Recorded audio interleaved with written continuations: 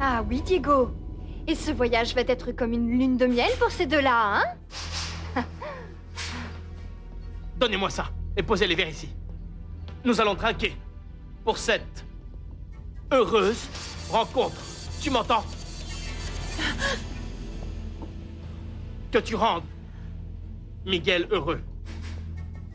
Comme tu l'as fait avec moi, Bérénice.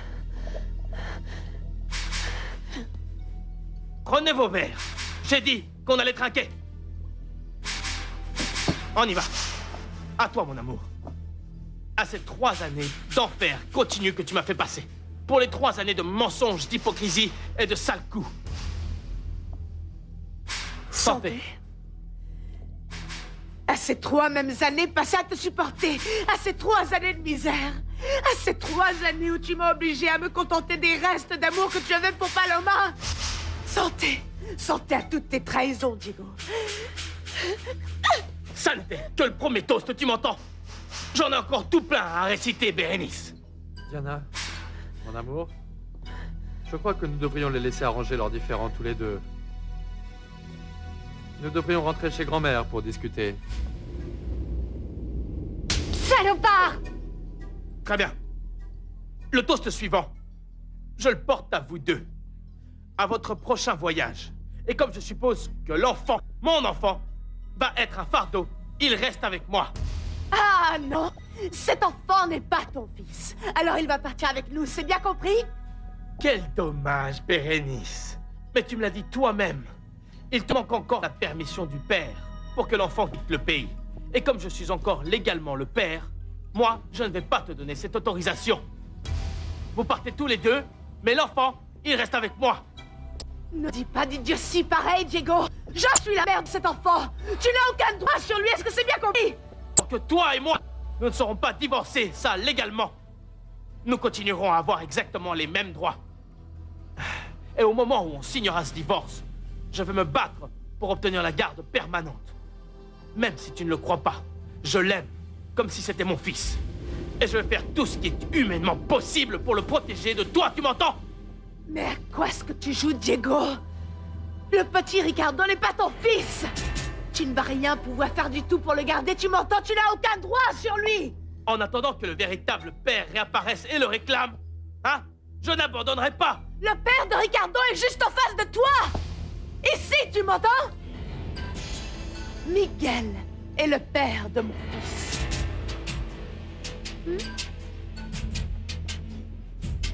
Hein.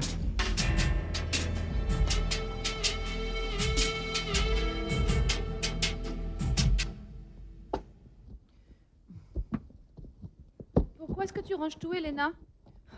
Ne me dis pas que tu vas démissionner. Martin, si tu veux m'aider, ne me pose pas de questions. Et sinon, laisse-moi seule, d'accord? Ce n'est pas juste, Elena. Personne ne me dit ce qui se passe. D'abord, je l'ai demandé à Monsieur Sans, il n'a pas répondu. Je te demande et tu t'énerves.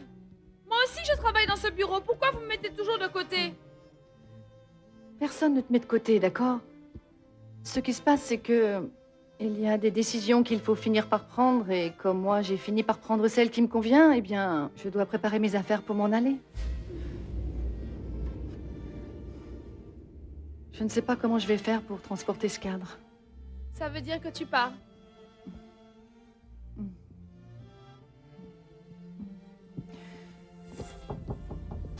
Je peux? Maman, qu'est-ce que tu fais ici? Je viens parler avec toi, chérie. Je viens pour que nous parlions toutes les deux. Il faut penser à ce qui nous convient le mieux. Même si nous devons nous séparer, Paloma.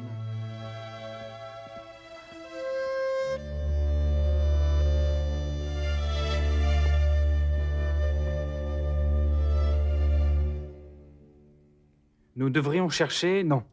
Tu devrais chercher une manière, Roberto, pour que Paloma ne soit pas pénalisée. Ce n'est pas possible que tu me dises que c'est la meilleure employée qu'on ait jamais eue et que tu la renvoies à cause d'un caprice de la famille Sanchez-Zambrano.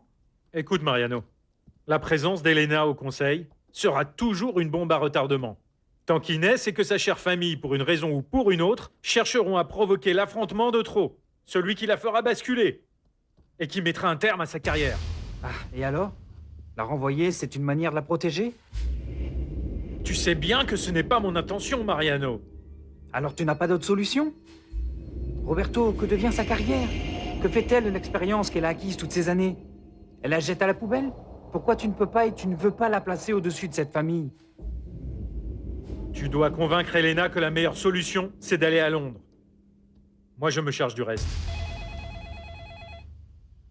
Ça ne te fait rien? Serre-moi un cognac, s'il te plaît. Et un pour toi, si tu veux. Oui? Oui, merci. Carlos, comment tu vas? Eh bien, j'attendais ton appel. Ah, bon sang, je te jure que ça m'est passé par-dessus de la tête, Carlos. Tu sais que nous avons eu beaucoup de travail avec le Congrès. Oui, je sais que tu es une personne très occupée. C'est pour ça que je n'ai pas insisté, mais...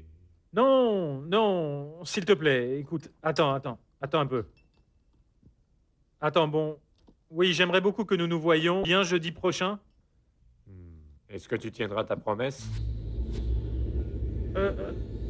Oui, non, bien entendu, Carlos. Jeudi prochain à 15h. Très bien, je viendrai à ton bureau.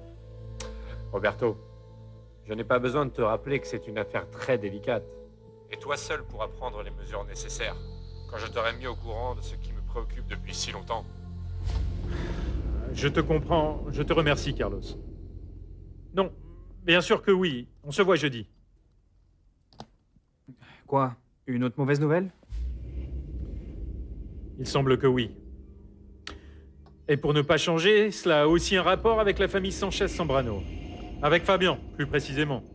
Je ne peux rien te dire de plus, mais Carlos dit que c'est une affaire véritablement sérieuse. Bon, écoute. Tu vois, si tu me permets, je vais tout expliquer. Qu'est-ce que tu vas expliquer? Quoi? Mieux te taire pour ne pas compliquer la situation.